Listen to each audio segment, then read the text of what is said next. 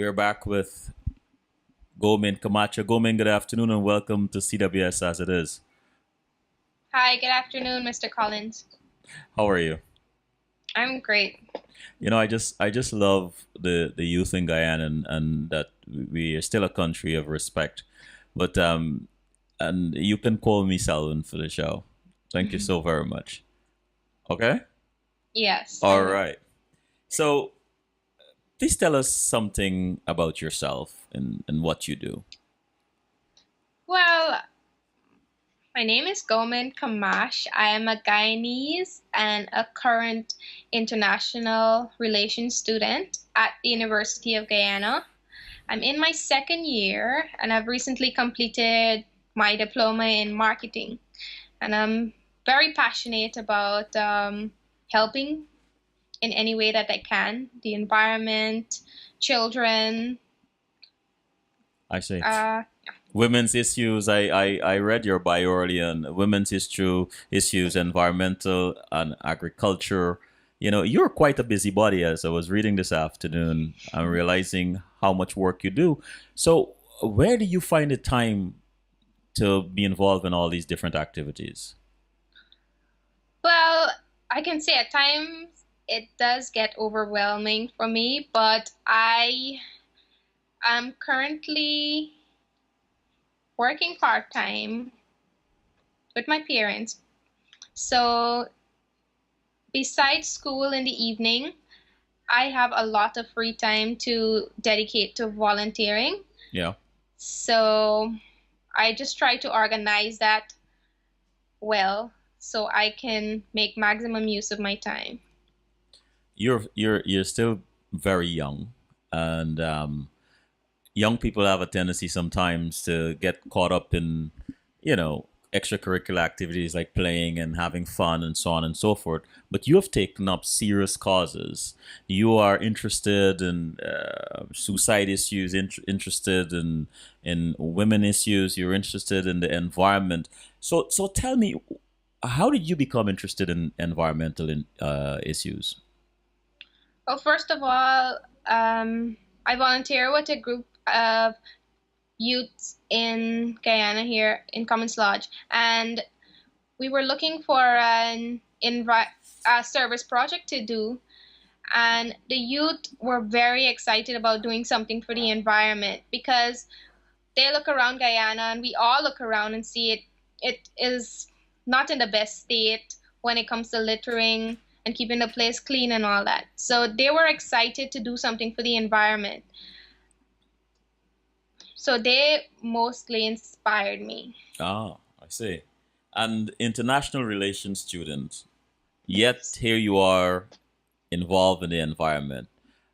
What happened? What is this pull in the environment about the environment? Why are you so eager to be there? Well, in my everyday environment, I like it to be clean and it's conducive to a good health and so on. So I think generally, no matter your field in life, then you just need a good and clean environment because we need that for the future generations too. Mhm. So I'm very passionate about preserving the environment for the future generations. So tell us about your involvement with children, and also the spiritual empowerment program. Well, the spiritual empowerment program is a Baha'i inspired program, and as a Hindu, I was even drawn to this program because it's so strategic and well planned out and laid out that I can follow this step-by-step process to teach these youth on so many different issues, moral issues Mhm. and environmental, and working with these youth, it gives them a means of expressing themselves in in such a way that other forums around them or even if they're not forums, that this is an opportunity for them to express themselves. Mhm. So they're empowered. What is that like for you when you get together with these youth and you're teaching them? Do you get any sort of resistance from them? How do you become? I mean, you're so young yourself, but how do you become a teacher? How do you keep order? How do you keep them well, not order, but how you keep them interested in what you have to say?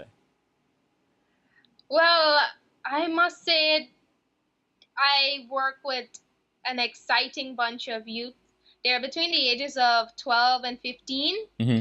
and I think the material that we go through, it is relatable to everyday life, and they get an opportunity to study comprehensive material and relate that back to situations that they're dealing with every day. So that kind of draw their attention because they want to express themselves, and this is just a medium for them to do so. And what gives you satisfaction when you're working with them? My my satisfaction is, I don't think I can sum that up. It varies so much, Uh huh. but their expressions, the joy that they express, and it's the little things that they might say that encourages me so much. And I can see a change in their attitude for the better and for positive changes. So Hmm. that's exciting for me. What frustrates you the most when you're working with young people, or you have to introduce them to something new, or one of those values, those principles you talk about just now? What is most frustrating for you? Um, I think there's a little challenge with teamwork. At first, they have a little problem getting along with new persons, and these are persons from their community, but they're different in so many ways. So getting them to work together, that's a challenge, but it's so beautiful when that's overcome. Wow. Can you give us an experience you had where you had a challenge in the beginning, and then it something just shifted and things became better? Can you describe one of those experiences for us? Sure. So there are a few girls in the group. They're all scholarish, and they see some other youths. They're mostly playing in the streets. So these are two different sets of youth. Some are more inclined to the books, and then some are, more inclined to recreation. So when they come together in this group, sometimes the ones that are more academically you know drawn, they might feel a bit superior. Hmm. So in a little conversation outside of the group that we have with them, they learn these attitudes to interact with persons that are more recreationally drawn, Hmm. and they come together now, and they help each other in areas that they may be weak in, and it's so wonderful to see that happening. Do you ever draw from that population, that group of young people, when they get it, when they start working together, to introduce them to cleaning up the environment, or the importance of a litter free environment? Do you ever introduce that to them? Well, what we try to do is get them to sound their own opinions Uh huh. and try to mold that in a way that they can present that to the public. So they actually came up with ideas such as doing do not litter posters, and that's something simple that any youth can do. So they decided to start making them. They were guided by us, and they did some wonderful flyers. I mean, that sort of stuff they can do themselves Mm-hmm. once they're guided. And how that inspired me was their energy. You know that they can do this, and it's mostly their ideas. And then I was like, how can I lend to this? How can I make this better? And your head is being cut off a little bit now. Um, awesome. And your peers, there are two friends of yours that I'm going to bring the three of you back to have a panel discussion at some point. But how did you get them involved, or how did the three of you Well, let me leave that question for when the three of you are here. But Mhm. how do your friends participate in what you're doing? Well, I was trying to link this program to the University of Guyana somehow. Hmm. And when I look around campus, I see that, persons were littering in the classrooms they were sitting to learn in. So I was like, I need to get some friends together and do something about this. But what can I do than just complain? Because everybody was complaining about it, but nobody was doing anything. Talking about the university, there Yeah. is an association, UGIAA, University of Guyana International Affairs Association. Describe that for us, and tell us what is your involvement with it. Well, as of recently, I haven't been so active in that club, but what the UGIA does is that they, the students of the University of Guyana that's a part of that club, they represent the university and Guyana by extension on models of the OAS of that such, and they gain experience. They're international relations students, so they're able to represent Guyana on various issues and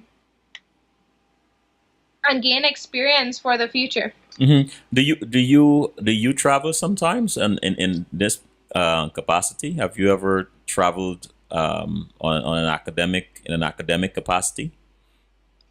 I haven't yet traveled, but I plan to soon.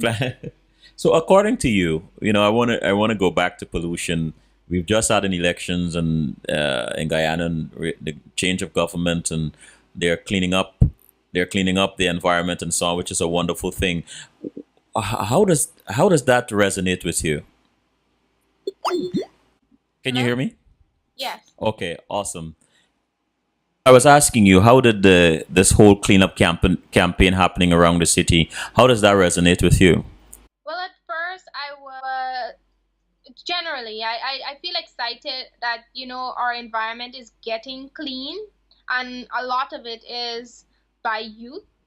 I mean, the general public is a part of it, but a lot of it is driven by power. So I like the energy coming out from that, and Hmm. it's cleaning up the environment. But at the same time, it worries me that it's not a sustainable method of going about this.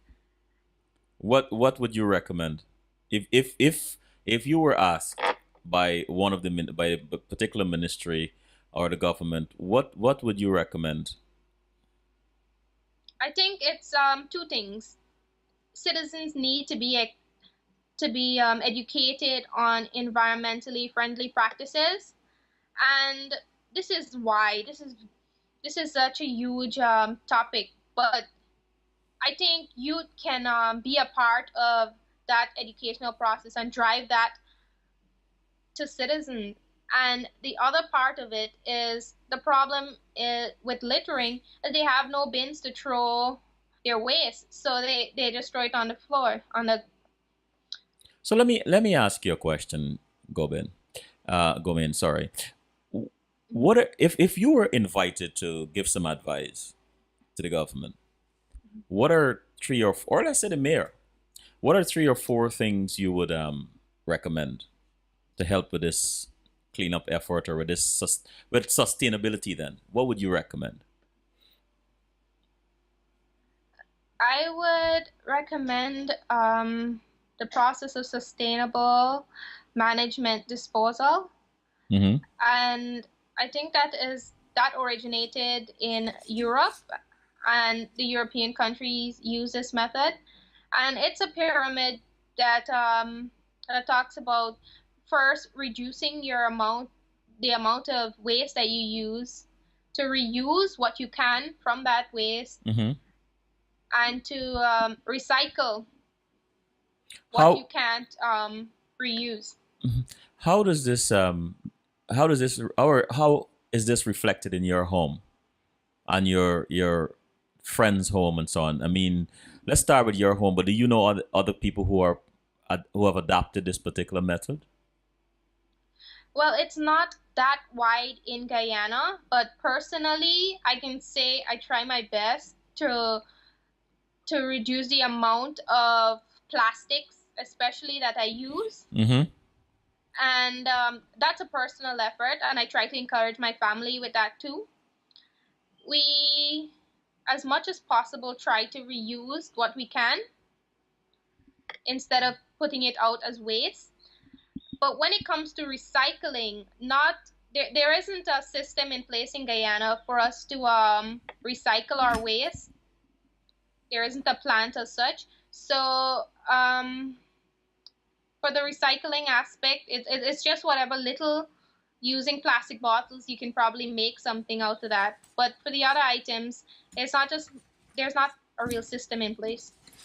You know, and you'd be much too young to remember this, but there was a time in Guyana when recycling wasn't necessarily an eco conscious effort, but it was it was a matter of economics. And people recycle. They didn't dispose their bags that easily. They didn't dispose plastic containers easily. People found all sorts of creative uses for them.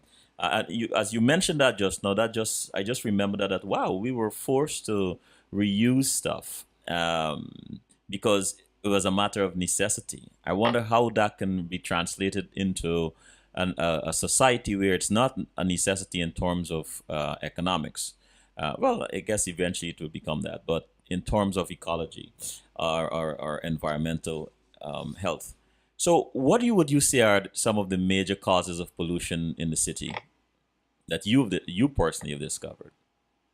I think plastic bottles and styrofoam they're thrown on the side of the streets and so on. They get into the drain and they clog the drains. So it's mostly drainage and I think burning.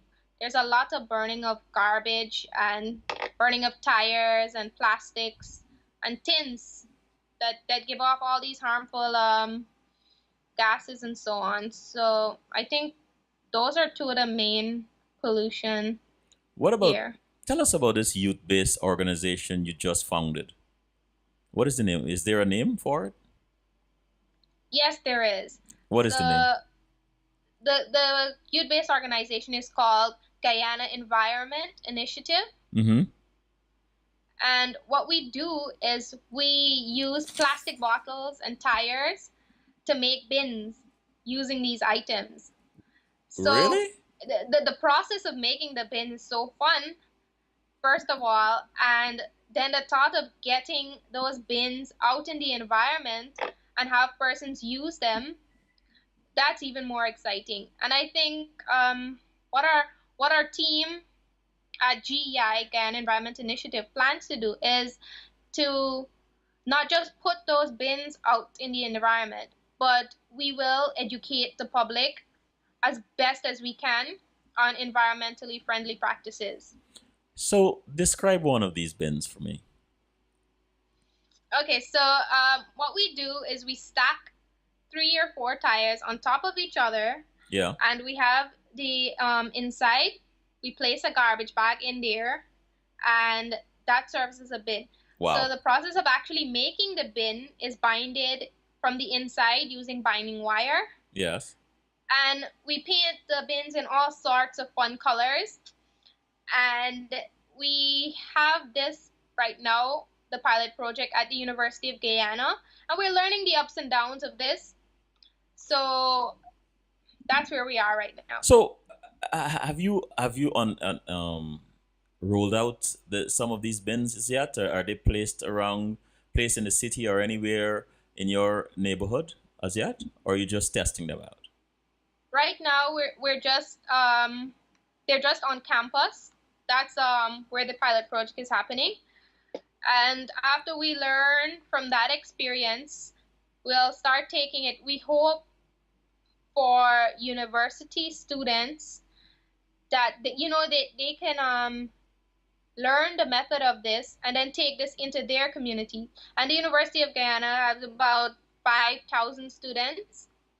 So if at least half of that can take this into the communities, then This is right brilliant. there we can start a method of a litter-free environment. This is brilliant. What are some of the professors saying?